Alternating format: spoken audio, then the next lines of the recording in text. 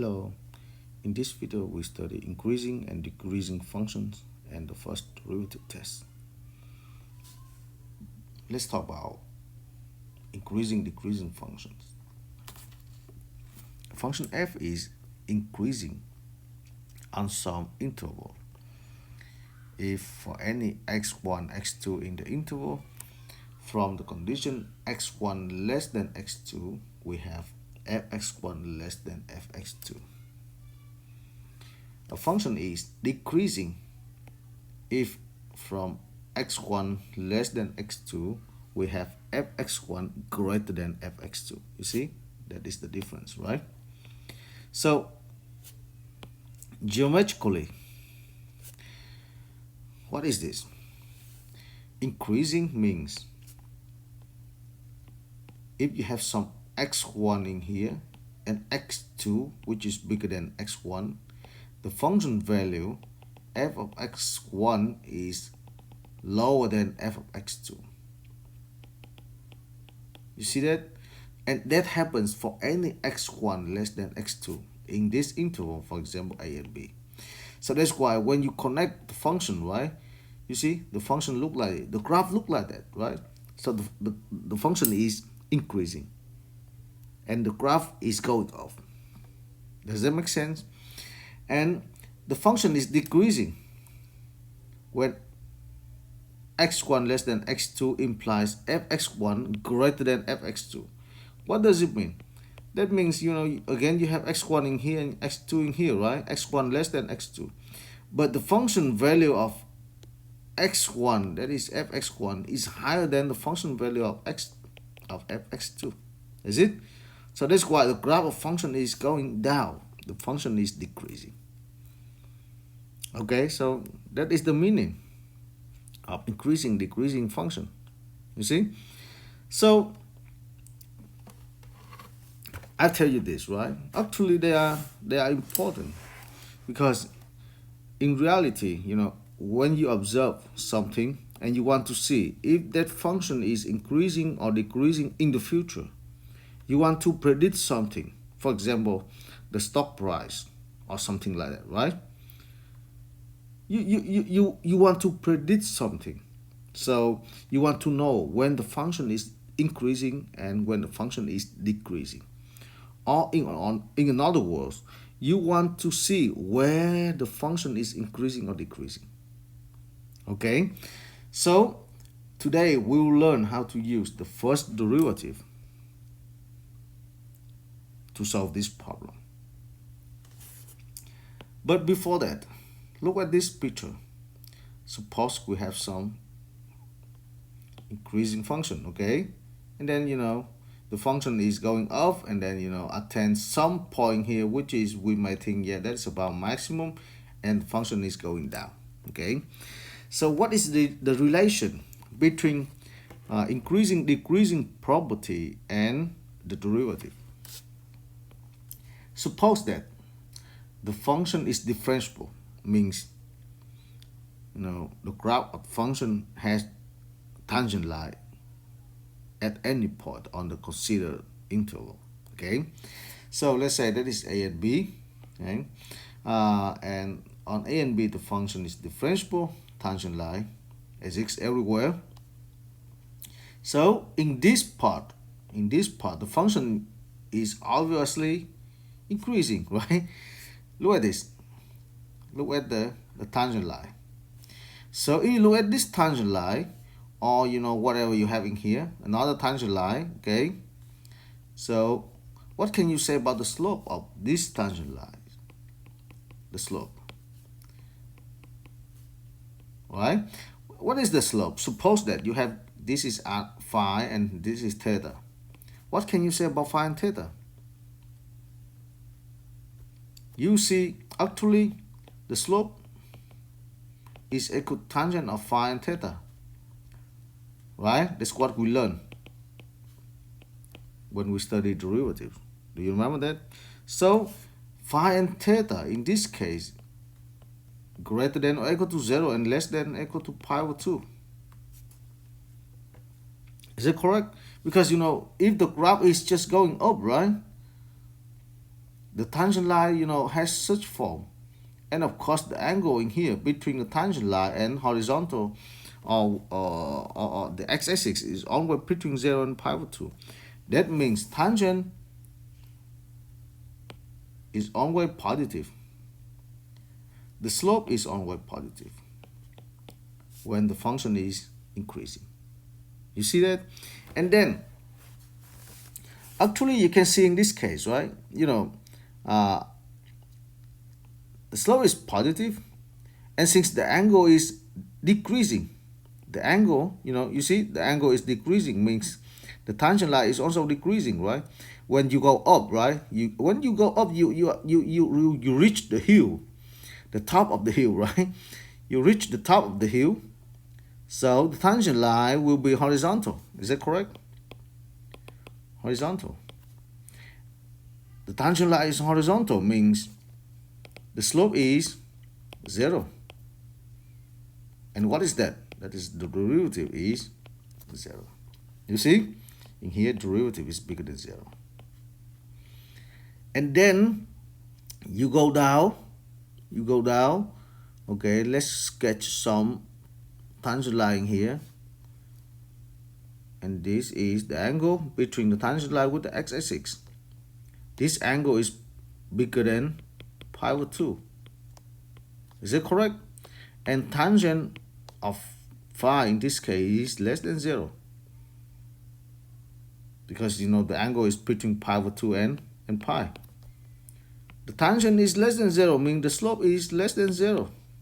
That means the derivative is less than 0. So what did you learn from this picture? The function is increasing when the first derivative is bigger than 0.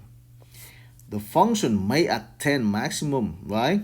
Like in that case, horizontal, right?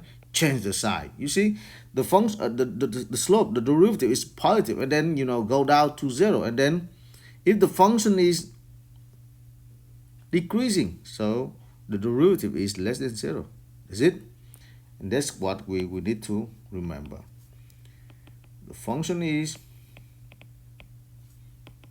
increasing and the function is decreasing.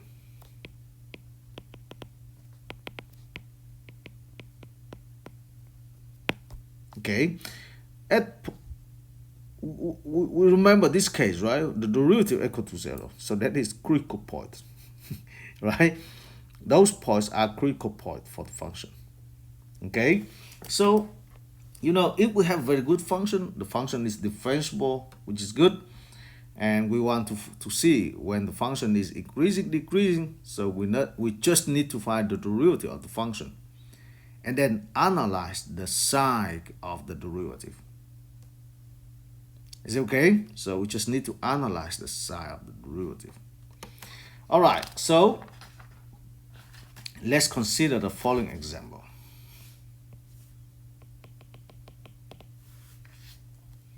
I need to find the intervals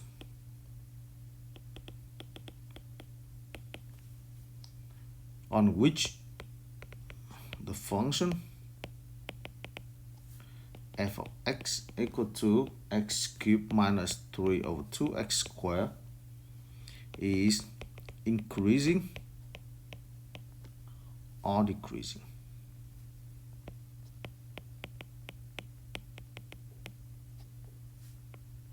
So, following this observation, we need to find the derivative, right? Let's find the derivative. That is the first step, find f prime.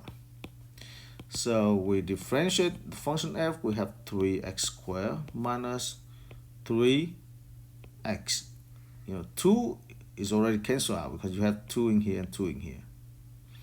So you need to analyze the sign of the first derivative, right?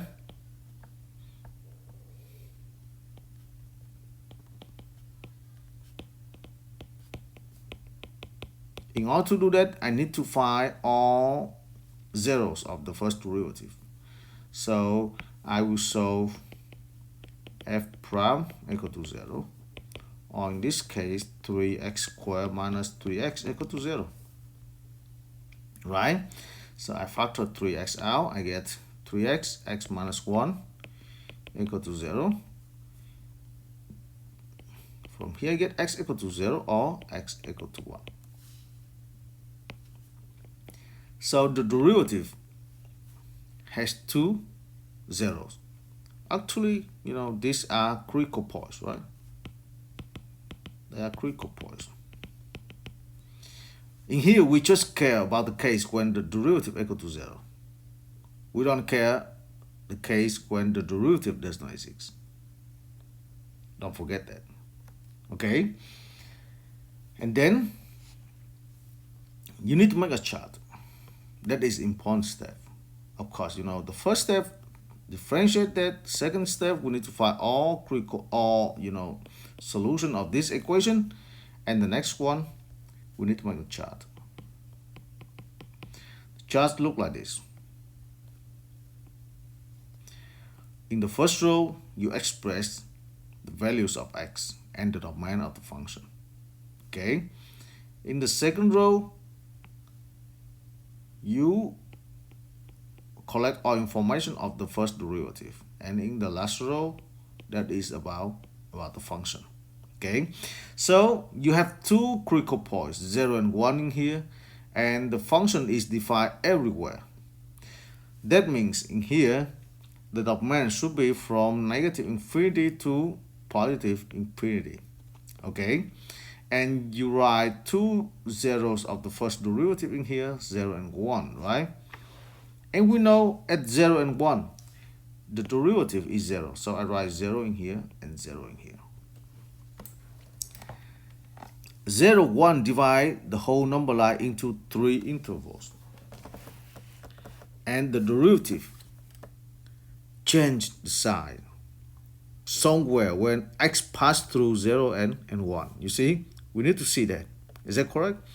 So in order to do that, I might pick, one point from each interval, and then I plug into the first derivative. So I write here, we need to pick one point from each interval and plug into the first derivative.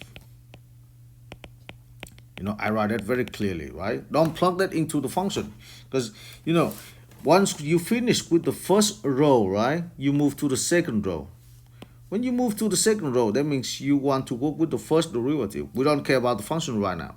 Let's finish with the first derivative, right? Okay, I pick one point from each interval and plug into the first derivative. Let's say from here I can pick 2, right? From here I can pick 1 over 2. And from here I can pick negative 1. You may choose whatever you want, okay? But those numbers are in my mind. All right, now let's plug 2 into the derivative. When you do that, you only need to care about the sign of the derivative. You don't want to care about the exact value, because we are interested in the sign, okay?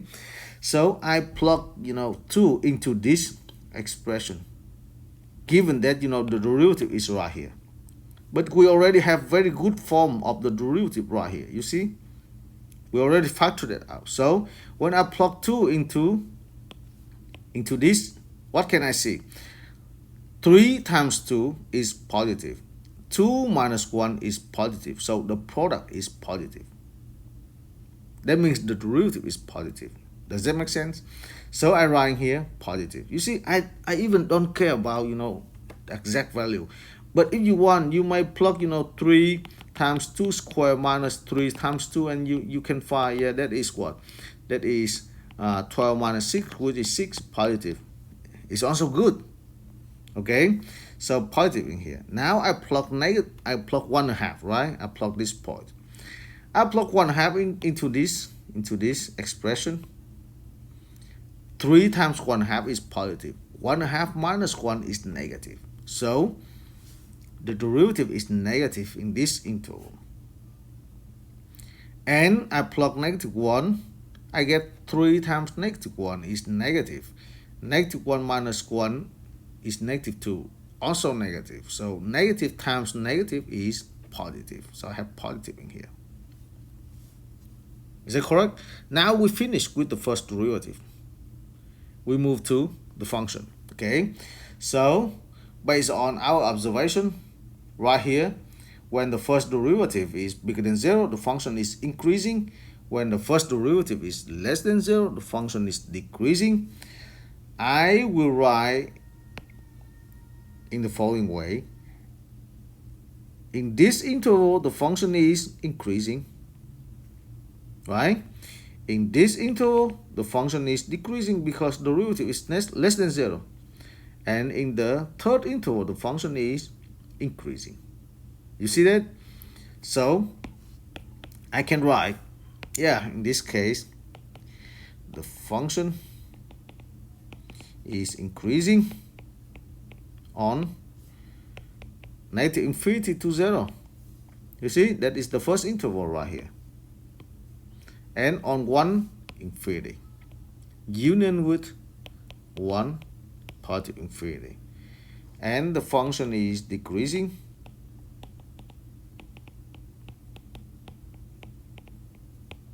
on 0, 1. That's what you can see right here.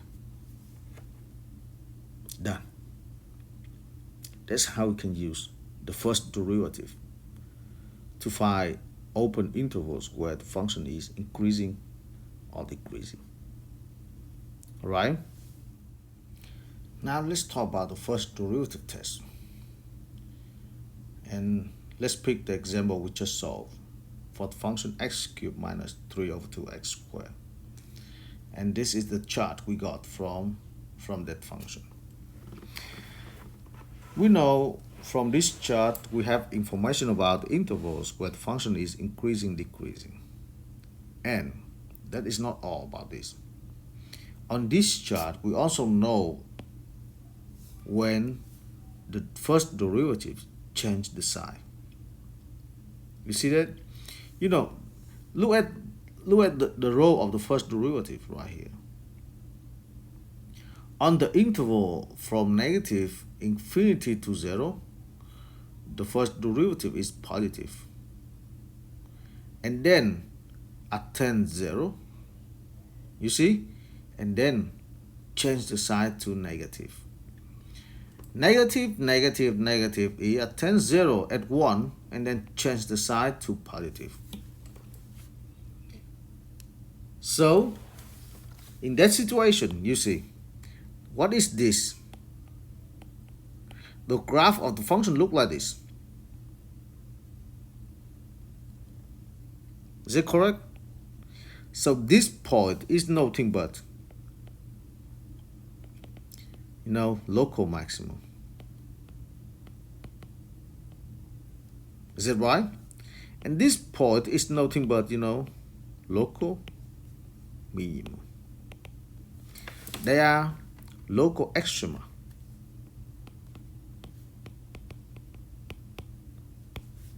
You see, and of course at this point, at 0 and at 1, the first derivative is 0, you see?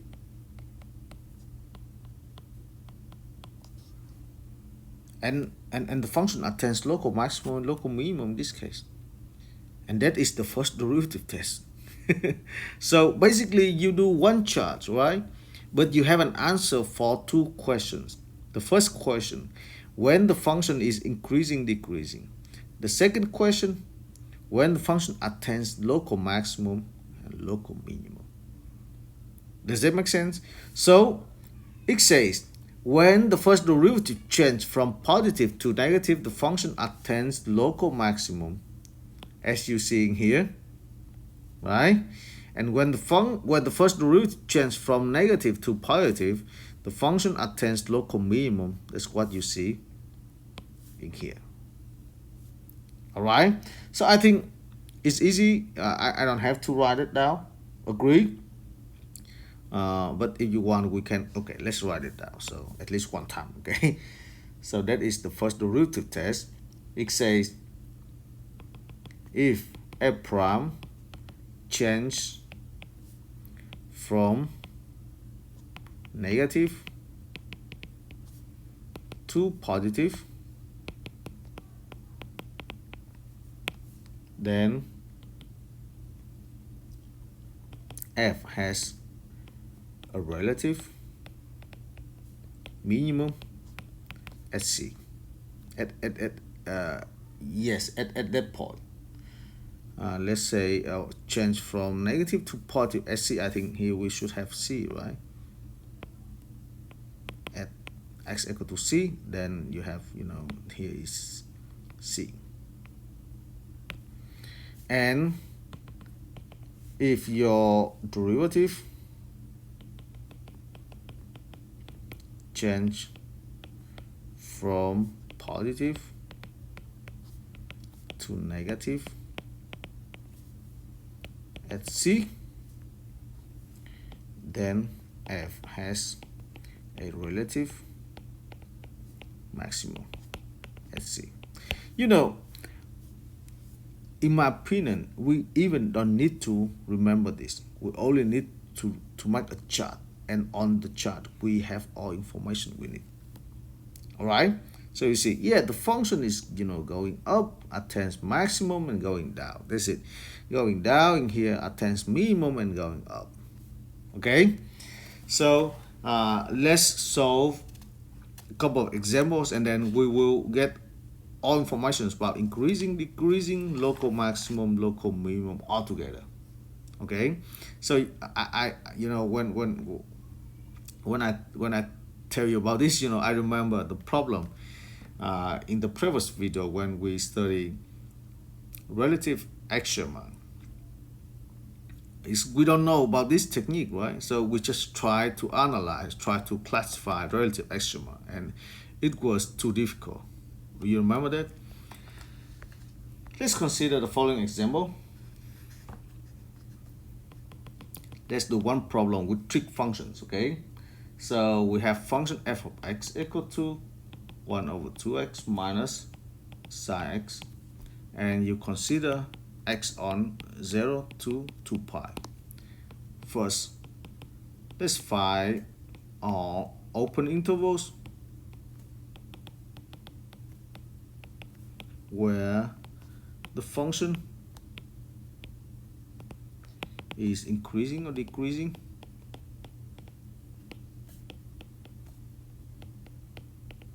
Okay, and the second one is find all relative extrema of the function on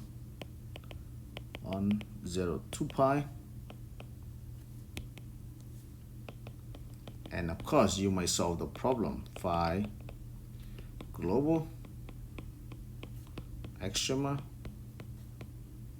okay, on 0 to pi, because the function is continuous, so we may find global extrema, and you will see actually we do all together in one chart. Okay, so let's find the derivative. Let me find the derivative.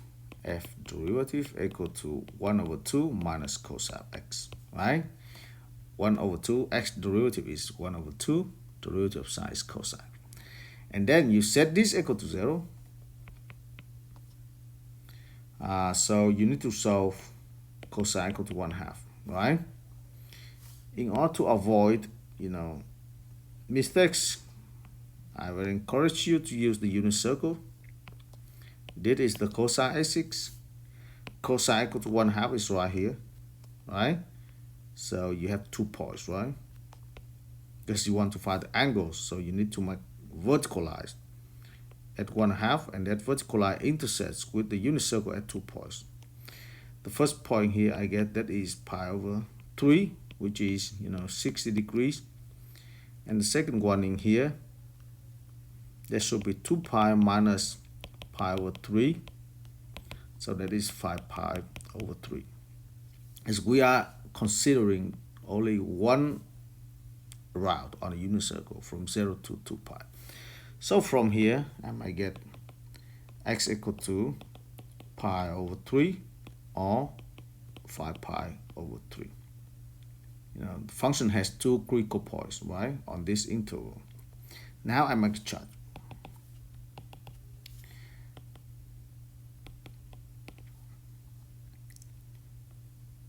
We have three rows in here.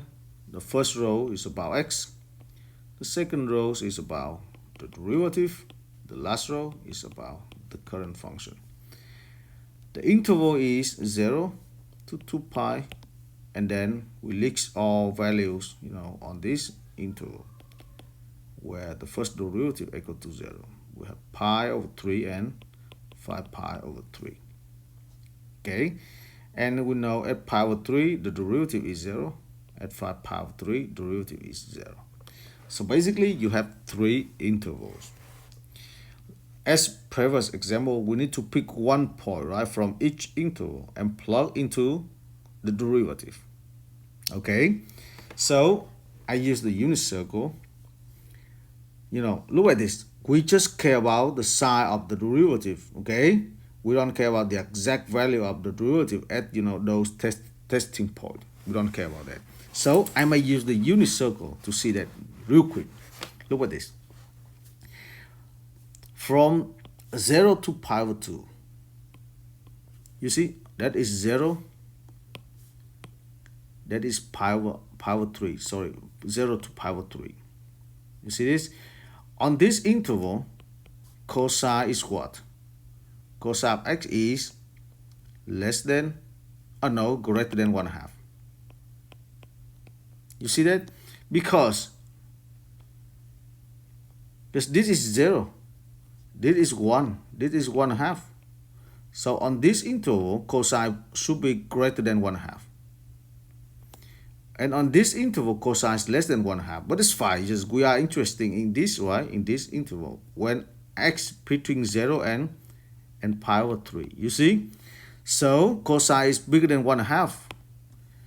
That means 1/2 minus cosine is less than 0. This guy should be less than 0 on 0 to 2 pi over 3.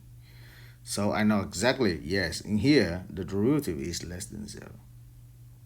Does that make sense? Or you might pick, pi over 6 and plug pi over 6 into cosine. And you calculate that. Pi over 6, cosine pi over 6 should be square root of 3 over 2, which is bigger than 1 over 2. So, 1 over 2 minus cosine is negative. Sorry, here should be negative, not positive. I told you that it's negative and I wrote positive. Okay, now let's move to the second interval. Pi over 3 to 5 pi over 3. Where's that? That is right here. Pi over 3 to 5 pi over 3. And you can see in this case, cosine will be on this interval, right? Which is less than 1 over 2. So 1 over 2 minus cosine is positive. Or you might pick, pi, right? X equal to pi right here. Just pick pi, okay? And you plug pi into the cosine. That is -1. So 1 over 2 minus -1 is 3 over 2, positive. And then on the last interval, that's right here. Again, cosine is bigger than 1/2. So the derivative is less than 0. You see, we already have all information. So on 0 to pi over 3, the function is decreasing. On the second interval, the function is increasing. And in this interval, the function is decreasing. At this guy, I have minimum. And we are talking about local, right? Here we have maximum. And that is also local. Agree? In here, the function is decreasing. The function is also decreasing in this interval.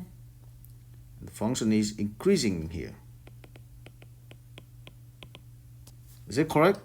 So I might write the the answer for the first question, right? You see, we do only one chart and we have all answers, okay? The question A, the function is increasing on pi over 3, 5 pi over 3. And the function is decreasing on 0, 2 pi over 3, union with 5 pi over 3, 2 pi. You see, that is the answer for the first question. For the second question, relative extrema. So the function attains local minimum at pi over 3, right? You might find the function value at pi over 3. F over at pi over 3 is what? You can plug pi over 3 into the function. Where's the function? The function is 1 over 2x minus psi, right? So I have 1 over 2 times pi over 3 minus psi of pi over 3. Okay, so psi of pi over 3 is square root of 3 over 2. So I have pi over 6 minus square root of 3 over 2. And that is your local minimum. Okay, this is what you're seeing here.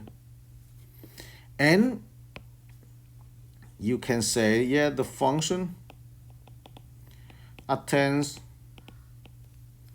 local maximum at 5 pi over 3. And you can find the function value at 5 pi over 3. That is 1 over 2, 5 pi over 3 minus psi of 5 pi over 3. Okay, so according to the unit circle, psi of 5 pi over 3 is negative square root 3 over 2. So you have 5 pi over 6 minus negative. That means 5 pi over 6 plus square root 3 over 2. You see, really big number, right? So you have an answer for the second question. Now we can use this chart to answer on the global extrema. Again, right? Remember that in order to find global extrema of function, we need to find all critical points, right? So in this case, we have 2 critical points. So you already have local minimum, local maximum, right? And you need to compare local minimum, local maximum with function values at 2 endpoints. Is that correct? So you compare with function values at 2 endpoints. I have f of 0 is 1 over 2 times 0 minus psi of 0, which is 0.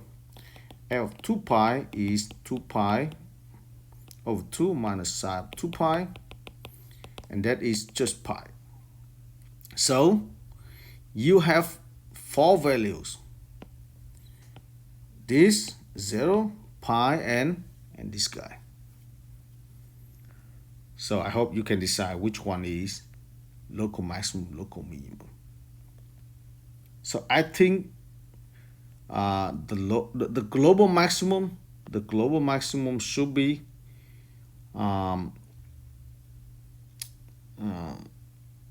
global maximum should be this at 5 pi over 3, I guess, this one. Okay, and the zero, because 0 is less than this number, right? So that is global maximum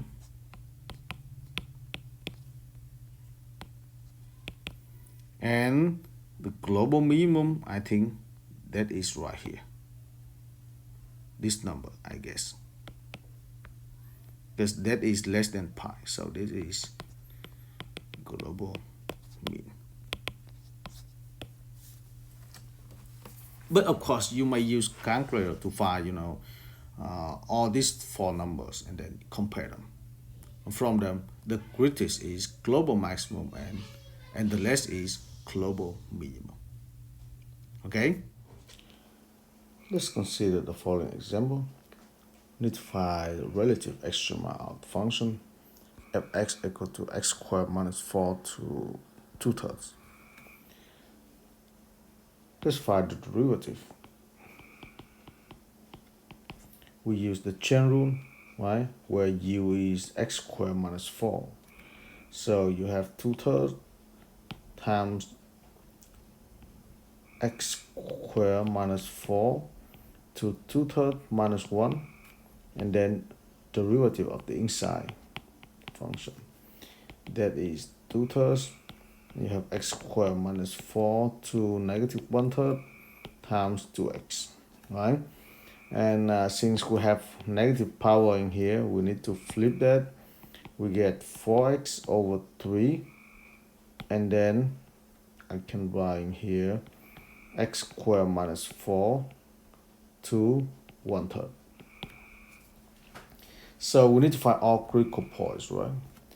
Again, in this situation, we have two cases. The first case when f derivative equal to 0.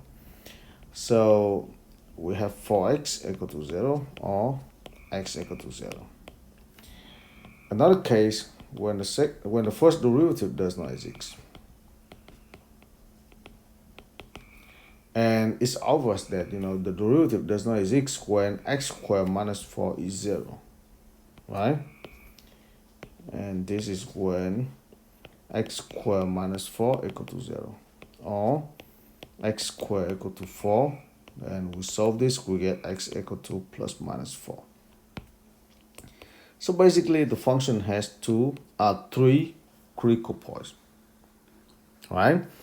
And now we need to make the chart, and we analyze the sign of the first derivative. So I make the chart right here. In the first row is about x, the second row about f prime, and the last row is about f of x. Okay, now let's see what is the domain of the function. So you see the function is cube root of x squared minus 4 squared. So the function is defined everywhere. Is that correct? That means we have negative infinity and positive infinity in here. All right, and we have, oh, I'm sorry, here we should have x equal to plus minus 2. So we have three critical points. I have negative 2 in here, I have 0 in here, and I have 2 in here. And at 0, the derivative is 0. But at negative and plus 2, the derivative does not exist. So I write 2 vertical line here, means does not exist. Okay, so this one, again, does not exist. So we have 4 intervals, right? As previous examples, we need to pick one point from each interval and then plug into the derivative to see the side. Okay, but before that, I would like to write the derivative in this form. That is 4x over 3 cube root of x squared minus 4. Okay, so you can see the side easier. Now I can pick 3 from here. I plug 3 into the derivative, into this expression. So I see that the derivative is positive. I plug 1, right? I pick 1 and plug 1 into that. So I get, again, positive. Oh no, negative. Because on the top I have 4, and in the bottom I have negative number, so I have negative. And then I pick negative 1 in here. For negative 1, you have 4 times negative 1 is negative, and negative divided by negative, so you get positive. Okay, and here you might pick negative 3. So in the bottom you have positive, on the top you have negative 12, so that is negative. Overall, you have the following one. The function is decreasing on negative infinity to negative 2. Decreasing, increasing, and decreasing. Right? So you can see in here the function has 2 local extrema. Three local extrema, right? 2 local minimum, right? 2 local minimum. So the first minimum is right here. The second is right here. And this is maximum. all of them are local. Okay, so in order to determine the function values at those points, you just plug -2, 0, and 2 into the function, right? Into the function. So your function is, let me write here, cube root of x squared minus 4 square. So at 0, I have cube root of 16, right? I have cube root of 16 in here. At 2, I have 0, and at -2, I have 0. So that is all, extrema, relative extrema of this function. Okay, so I think I finished my video in here, and we solved enough examples, and I hope that you know the instruction, right? So we have several steps in here, but the first step is to find derivative and then find all critical points, and then you make the chart. Okay, and when you make the chart, you need to work with f prime and f. Don't be confused about it, right? When you work with f prime, so you have to plug points, right? Those points into f prime. But when you want to find function value in here, so you need to plug points into the function. I think that is the only thing we need to pay attention. Okay, so I hope that the video is clear enough. But if you have any questions, please feel free to let me know. Bye.